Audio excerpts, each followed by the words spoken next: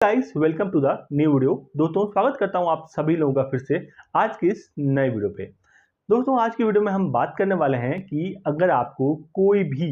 Loan recovery agent परेशान करता है या फिर आपको बार बार कॉल करता है, आपका किसी भी रीजन से अगर आपका ईएमआई बाउंस हो जाता है या फिर आपने कहीं से भी लोन लिया हो, चाहे वो बैंक हो, एनबीएफसी हो या फिर छोटे जितने भी लोन ऐप्स आपको प्ले स्टोर पे दिखते हैं, जैसे क्रेडिट भी हो गया, ऐसे काफी सारे ऐप्स हैं जहां से आपने लोन लिया और आप लोन नहीं चुका पा रहे हो या ईएमआई आपकी लगातार जो है किसी भी फाइनेंशियल इशू को लेके बाउंस हो रही है। तो उस केस में जो है क्या होता है कि आप सभी को पता है कि जो लोन रिकवरी एजेंट है वो किस हद तक चले जाते हैं, कितना परेशान करते हैं आपको, बार बार कॉल करना या फिर घर पे आपके आके आपको धमकाना या फिर आपको ये धमकी देना कि आपके रिलेशनशिप में आपके जो कॉन्टेक्ट्स हैं, फोन के कॉन्टेक्ट को वो हैक करके बाकी लोगों को बताएंगे इसके बारे में। तो जितनी भी प्रॉब्लम्स यहाँ पे होती है उसको कैसे सॉल्व किया जाए, कैसे आप मेजर जो है राइट एक्शन ले सकते हो, उसके लिए कैसे आप इन चीज से बच सकते हो। देखिए दोस्तों, जब भी आपने बैंक से लोन लिया होगा, चाहे ऑनलाइन है या ऑफलाइन, आपने एक एग्रीमेंट साइन किया होगा।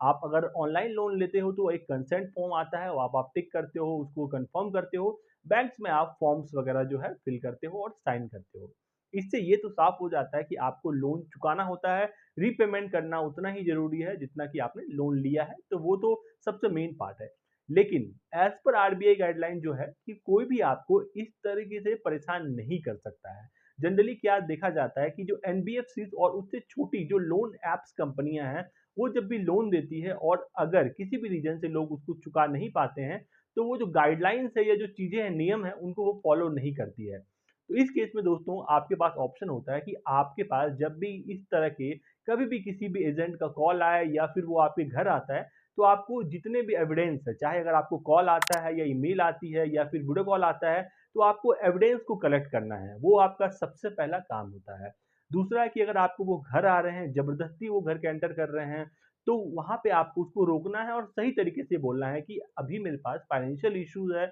या क्राइसिस है, मैं नेक्स्ट मंथ में बिल पे कर दूंगा। और आप नहीं भी कर पा रहे हैं और वो आपसे बदतमीजी करते हैं इस केस में, तो आप डायरेक्ट जो है पुलिस को कंप्लेन कर सकते हो, क्योंकि एज पर आरबीआई गाइडलाइन वो आपको इस तरह से वो थ्रेटन नहीं कर सकते हैं, वो आपको धमकी नहीं दे सकते हैं। दूसरा आपके पास ऑप्शन है कि आप उस कंपनी के कस्टमर केयर, जो रजिस्टर्ड कस्टमर केयर है, वहां पे बात करो या फिर ऑफिस में जाके आप बात कर सकते हो कि आप अगर नहीं चुका पा रहे हो लोन, तो आपके प्रति भी ये जिम्मेदारी बनती है कि आप लोन को ऐसे ही डिफॉल्ट ना छोड़े, या तो आप कम अमाउंट में ही लोन को सेटल करा लें। क्योंकि दोस्तों नॉर्मली जितने भी लोन्स होते हैं जिसमें इस तरह की प्रॉब्लम्स आती है, वो अनसिक्योर्ड लोन होते हैं। क्योंकि आपको पता है कि सिक्योर्ड लोन होगा तो वो आपसे, अगर सिक्योर्ड लोन की हम बात करें, जैसे कि अगर आपने होम लोन लिया है या फिर कार लोन लिया है, तो इस केस में वो आपसे आपका सामान वापस ले सकते हैं, ये अधिकार है। लेकिन अनसिक्योर्ड लोन में उनके पास ऐसा कुछ नहीं होता है, चाहे क्रेडिट कार्ड का केस है या पर्सनल लोन का केस है, आपने ऐप से कोई लोन लिया हो, तो ऐसे केस में क्या है कि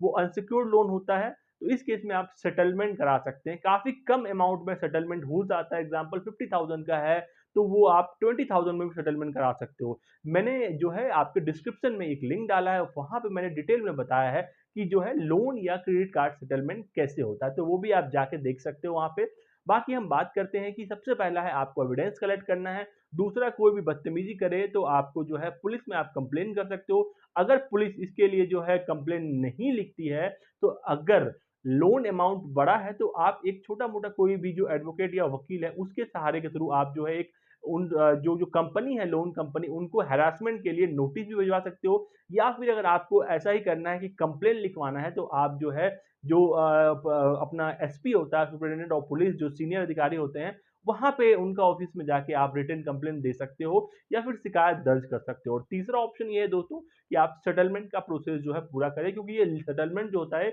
एक लीगल प्रोसेस होता है, इसमें आपका लोन अकाउंट भी क्लोज हो जाता है। हालांकि सिविल जो है इसमें इम्पैक्ट होता है आपका, लेकिन ऑलरेडी आपकी ईएमआई बाउंस हो रही है तो आपका सिविल इम्पैक्ट हो चुका है ऑलरेडी, तो इस केस में आप सेटलमेंट करा ले। तो ऐसे जो है इन तरीकों से आप अपने जो इन लोन रिकवरी एजेंट है, इससे आप बच सकते हो और जो है आप इसके थ्रू सेफ रह सकते हो। बाकी दोस्तों, आपको वीडियो पसंद आई तो प्लीज वीडियो को लाइक करें और चैनल को सब्सक्राइब करना ना भूलें। बाकी अगर आपको कोई भी प्रॉब्लम आती है तो दोस्तों आप मुझे कमेंट करके जरूर बताएं, इसके रिगार्डिंग मैं वीडियो जरूर बनाऊंगा। बाकी दोस्तों मिलते हैं दोस्तों किसी नए वीडियो पे, तब तक के लिए बाय बाय।